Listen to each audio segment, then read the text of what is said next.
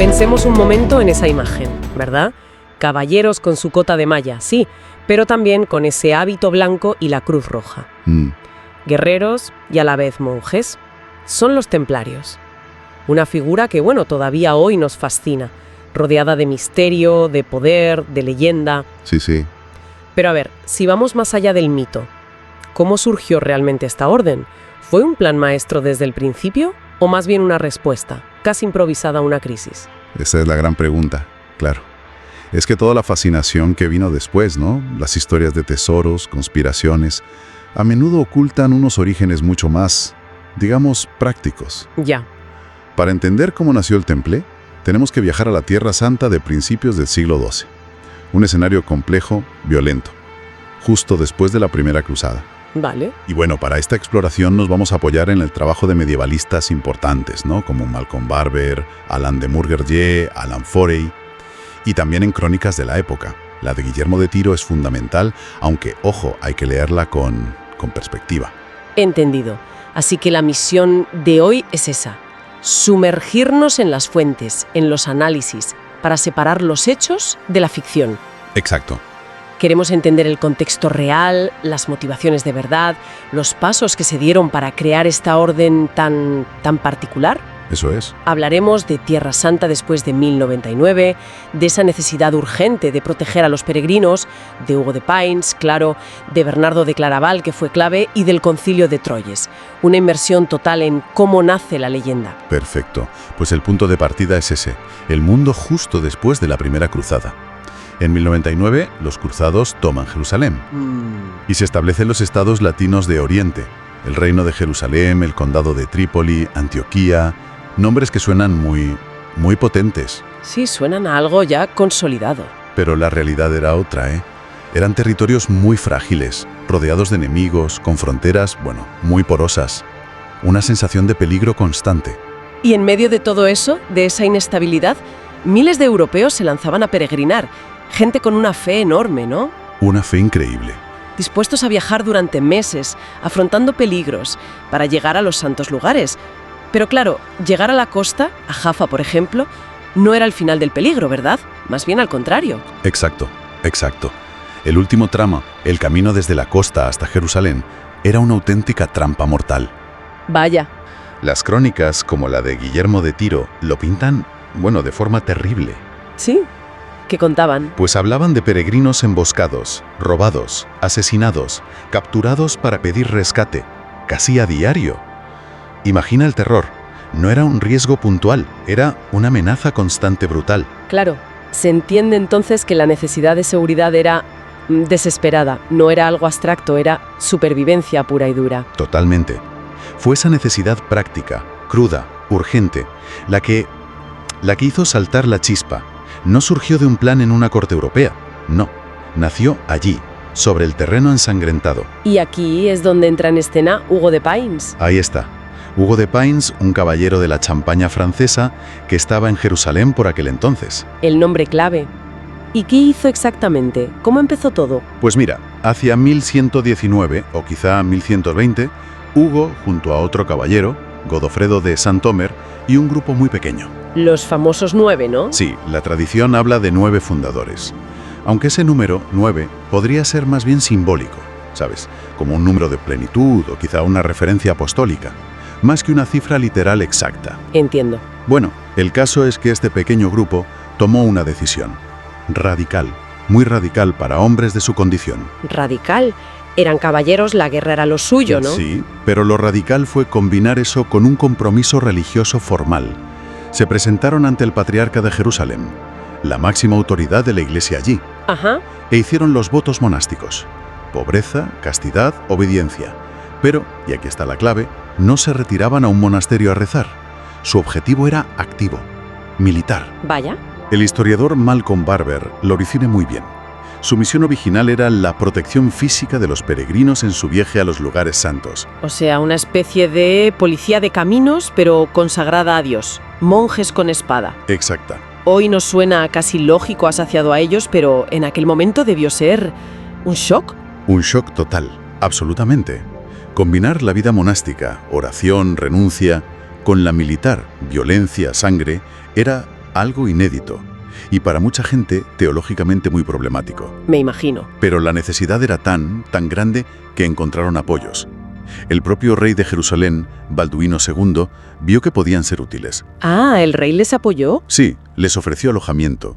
Un ala de su palacio que estaba, fíjate qué curioso, sobre la explanada donde había estado el templo de Salomón. ¡Anda! Y de ahí el nombre, claro, el que haría historia. Precisamente, empezaron a ser conocidos como los pobres compañeros de Cristo y del templo de Salomón, que luego se acortó, claro, a caballeros del templo, templarios. El propio lugar les dio el nombre y una carga simbólica enorme. Enorme.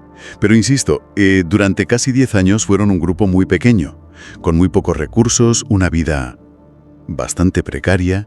No eran la potencia que nos imaginamos hoy. Les faltaba algo, un impulso definitivo. Les faltaba el gran impulso, la validación oficial, digamos. Y aquí es donde aparece esa otra figura que decíamos, quizá menos famosa que los caballeros, pero clave, Bernardo de Claraval. Sin duda alguna. Bernardo, el abad cisterciense de Claraval, Clairvaux en francés, era, una de las personalidades más influyentes de toda la primera mitad del siglo XII. ¿Tanto? Muchísimo. Un teólogo brillante, un predicador que movía masas, consejero de papas, de reyes. Su autoridad moral y espiritual en toda la cristiandad latina era inmensa.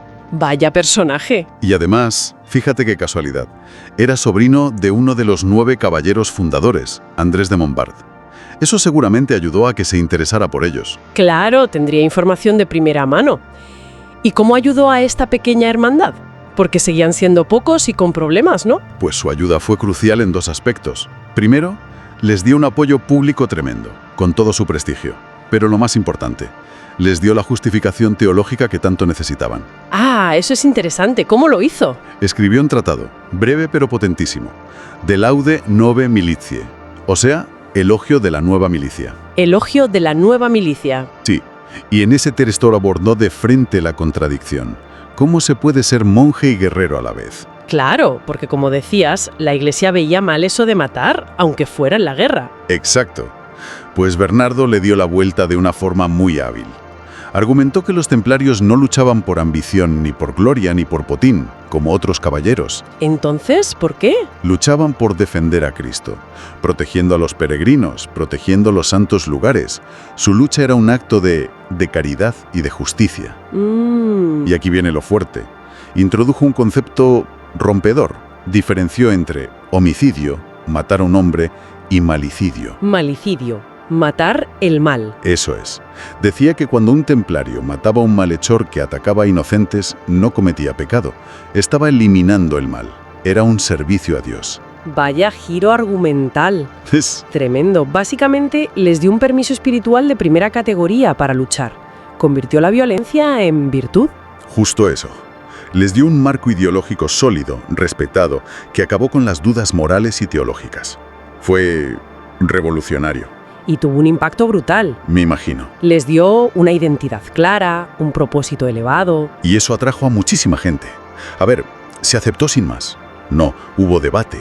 Pero el peso de Bernardo fue determinante. Abrió la puerta para que esta nueva milicia no solo se tolerara, sino que se admirara y se apoyara. Con ese respaldo tan potente de la figura más influyente de la Iglesia, el siguiente paso era lógico: buscar el reconocimiento oficial. Y ese paso se dio. En el concilio de Troyes. Se celebró en la Champaña, la tierra de Hugo de Payns, en enero de 1129. Ajá. Y Bernardo de Claraval no solo inspiró todo esto, sino que fue al concilio en persona y defendió la causa de los templarios con pasión. Su influencia allí fue decisiva. ¿Y qué se decidió en Troyes? ¿Podemos decir que esa es la fecha de nacimiento oficial de la Orden del Temple? Sí, en términos formales, canónicos, institucionales, podemos decir que sí. El concilio reconoció oficialmente a los pobres compañeros de Cristo y del Templo de Salomón, como una orden religioso-militar. Vale. Y muy importante, bajo la protección directa de la Santa Sede, del Papa. ¿Directa del Papa? ¿Y eso qué implicaba? Implicaba algo fundamental para su futuro, una autonomía enorme. No dependían de los obispos locales ni de los señores feudales donde se instalaran. Respondían solo ante el Papa. ¡Qué listos! Como dice el historiador Alain de Murger, eso les dio una libertad de acción y una estructura centralizada que fue clave para su expansión por todo el mundo y para acumular poder. Troyes fue el pistoletazo de salida. Y también les dieron una regla propia, ¿no? Unas normas. Sí, la regla latina, o regla primitiva. Establecía cómo debían vivir, rezar, luchar. Eran 72 artículos, muy inspirados en las normas cistercienses, la Orden de Bernardo, claro. Entonces, a partir de 1129, con el sello del Papa, una regla clara, una justificación teológica potente, los templarios ya no son un experimento local en Jerusalén. No, dejan de serlo de forma radical. Ese reconocimiento oficial fue un catalizador brutal. Justo después de Troyes, Hugo de Payns y otros se fueron de gira por Europa Occidental. ¿De gira? Aquí. A predicar su causa, a reclutar nuevos miembros, sobre todo entre la nobleza, y, muy importante, a pedir donaciones. Y, por lo que sabemos, la respuesta fue increíble. Espectacular. Es que la idea del monje guerrero, ahora con la bendición de la Iglesia, encarnada por esos caballeros valientes y piadosos, caló hondo en la sociedad feudal. Claro. Reyes, nobles, obispos, gente normal, empezaron a donarles tierras, dinero, castillos, rentas, por toda Europa. En pocas décadas tenían un patrimonio inmenso. Y mientras, también crecían en número y en capacidad militar, supongo. Por supuesto. Se convirtieron muy rápido en una fuerza militar de élite, muy disciplinada, muy motivada, esencial para defender los estados latinos en Oriente. Sus cargas en batalla se hicieron legendarias, feroces y eficaces. Hablamos de crecimiento militar, de patrimonio, pero también desarrollaron una estructura muy suya, ¿no? Las famosas encomiendas. Así es. Para poder gestionar todo ese patrimonio repartido por Europa y llevar los recursos a Tierra Santa, crearon una red administrativa muy eficaz. ¿Cómo funcionaba? Establecieron encomiendas, que eran como granjas, y centros de reclutamiento, y prioratos, que agrupaban varias encomiendas. Tenían de esto en casi todos los países cristianos. Una red internacional, vamos. Exacto. Y esa red no solo les daba hombres, caballos, armas y dinero para la guerra en Oriente, sino que les permitió desarrollar otra función que quizá no esperaban. La financiera, que siempre sorprende un poco, ¿no? Monjes, guerreros, banqueros. Pues fue casi una consecuencia natural de su estructura y de la confianza que daban. Tenían casas seguras por toda Europa y en Tierra Santa, ¿verdad? Sí. Y necesitaban mover grandes cantidades de dinero de forma segura. Así que empezaron a ofrecer servicios financieros. ¿Cómo cuáles? Pues, por ejemplo, un noble que se iba a la cruzada podía dejar su dinero en una encomienda en Francia y le daban una especie de letra de cambio para sacar el equivalente en Jerusalén. ¡Qué moderno suena eso! Pues sí. Gestionaban depósitos, hacían transferencias, guardaban tesoros, incluso llegaron a dar préstamos enormes a reyes y hasta al propio Papa. Es fascinante esa evolución, de proteger peregrinos en caminos polvorientos a ser una especie de banca internacional pionera, en poquísimas décadas. Totalmente increíble. Pasaron de ser una milicia local pequeñita a una de las instituciones más poderosas, ricas e influyentes de toda la Europa medieval, con ese doble carácter militar y financiero que los hizo únicos, y que a la larga, también los hizo vulnerables. Su ascenso fue meteórico. Y para reconstruir toda esta historia, desde esos inicios tan humildes hasta convertirse en esa potencia, ¿cómo se trabaja? Mencionabas antes a Guillermo de Tiro. Claro, las fuentes de la época son la base, pero hay que usarlas con cuidado. Guillermo de Tiro, que fue arzobispo de Tiro y canciller del Reino de Jerusalén en la segunda mitad del 12, escribió una obra enorme, La historia de los hechos de ultramar. Y es nuestra fuente principal para los orígenes del Temple, porque les dedica un capítulo. Nos da nombres, fechas aproximadas, el propósito inicial. Parece ideal, casi un testigo directo. Casi, pero no del todo. Y ahí está la clave de la crítica histórica. Guillermo escribió su crónica entre los años 1170 y 1180. O sea, 50 o 60 años después de que se fundara el Temple, hacia 1120. Ah, claro, bastante después. Exacto. Aunque vivió en Tierra Santa y tenía acceso a información, no vio los primerísimos momentos con sus propios ojos. Además, escribía ya sabiendo cómo había crecido la orden y quizá con sus propias simpatías o antipatías, o con una agenda eclesiástica, quién sabe. Su relato es fundamental, pero no es una foto objetiva. Entiendo. Es una pieza clave del puzzle, pero no la única, y hay que mirarla con lupa. Exacto. Por eso el trabajo de los historiadores modernos, Barber, de Murger, Forey, etc., es tan importante. No se basan solo en Guillermo de Tiro. ¿Qué más miran? Pues analizan otros documentos. Cartas de los papas, las reglas de la orden, documentos de donaciones, crónicas de otros autores, incluso restos arqueológicos de las encomiendas. Comparan todo, contrastan, evalúan si una fuente es más fiable que otra, y así construyen una imagen más completa, con más matices, más equilibrada. La historia seria se hace así, cruzando y analizando críticamente todo lo que hay. Queda claro que reconstruir el pasado es un trabajo complejo, casi detectivesco. Bueno, recapitulando un poco lo que hemos visto hoy. Todo empieza con una necesidad muy real, muy urgente, en la Palestina del siglo XII. La seguridad de los peregrinos cristianos. Una necesidad brutal. De ahí surge la idea de un grupo pequeño de caballeros, con Hugo de Payns a la cabeza. Toman esa decisión radical: combinar votos de monje con la protección armada. Consiguen un lugar simbólico, el templo, que les da nombre, pero siguen siendo pocos y pobres. Hasta que llega el impulso ideológico clave de Bernardo de Claraval. Con su elogio de la nueva milicia, justifica al monje guerrero. Les da legitimidad. Exacto, y eso abre la puerta al reconocimiento oficial en el Concilio de Troyes, en 1129. Ahí reciben una regla y quedan bajo la autoridad directa del Papa. Lo que les da autonomía y un marco para crecer. Y a partir de ahí el crecimiento es exponencial. Se vuelven una fuerza militar de élite en Tierra Santa. Desarrollan esa red logística y administrativa por toda Europa, las encomiendas.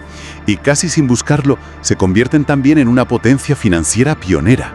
La clave de ese éxito tan rápido parece ser una mezcla de cosas, ¿no? Sí, una combinación única. Un fervor religioso auténtico, seguro. Un pragmatismo militar muy adaptado a lo que hacía falta allí. Una respuesta a una necesidad social muy sentida: proteger a los peregrinos. El apoyo de gente muy influyente como el rey Balduino II y, sobre todo, Bernardo de Claraval, y una capacidad de organización que supieron desarrollar muy bien. Todo encajó, el lugar y el momento justos. Una confluencia de factores realmente extraordinaria. Y como siempre nos gusta terminar con una reflexión, algo para darle una vuelta después de escuchar esto. Pues podríamos plantearnos algo interesante. Si miramos esa mezcla inicial, ¿no? Esa piedad profunda, esa capacidad para la guerra como razón de ser y esa habilidad para gestionar recursos que acabó en finanzas, podríamos pensar que en ese ADN original de los templarios estaba no solo la semilla de su éxito increíble, sino quizá también algunas tensiones internas o vulnerabilidades que 2 siglos después ayudarían a su caída tan dramática. Es una buena pregunta. O, mirándolo de forma más general, quizá más actual, ¿qué nos enseña esta historia sobre cómo las organizaciones nacen para resolver un problema concreto? Y acaban transformándose, creciendo muchísimo, desarrollando funciones y complejidades que ni sus fundadores imaginaron? ¿Para bien o para mal? Son preguntas que nos llevan a temas universales, ¿verdad? El poder, cómo adaptarse al cambio, las consecuencias inesperadas del éxito y cómo las instituciones nacen, evolucionan y, a veces, llevan dentro la causa de su propio final. La historia de los templarios, incluso solo sus orígenes, sigue siendo un espejo muy interesante.